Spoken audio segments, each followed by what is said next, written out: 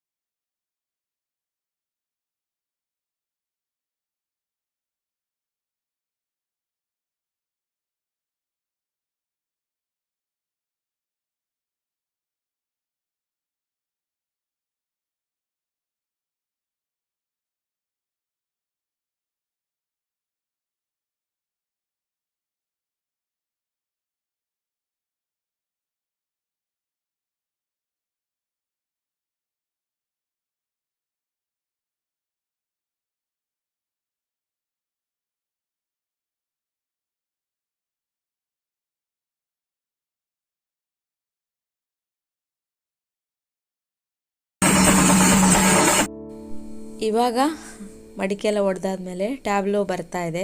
ಒಂದೊಂದೇ ಟ್ಯಾಬ್ಲೋ ಬಂದಾದ್ಮೇಲೆ ಲಾಸ್ಟಲ್ಲಿ ದೇವ್ರು ಬರ್ತಾರೆ.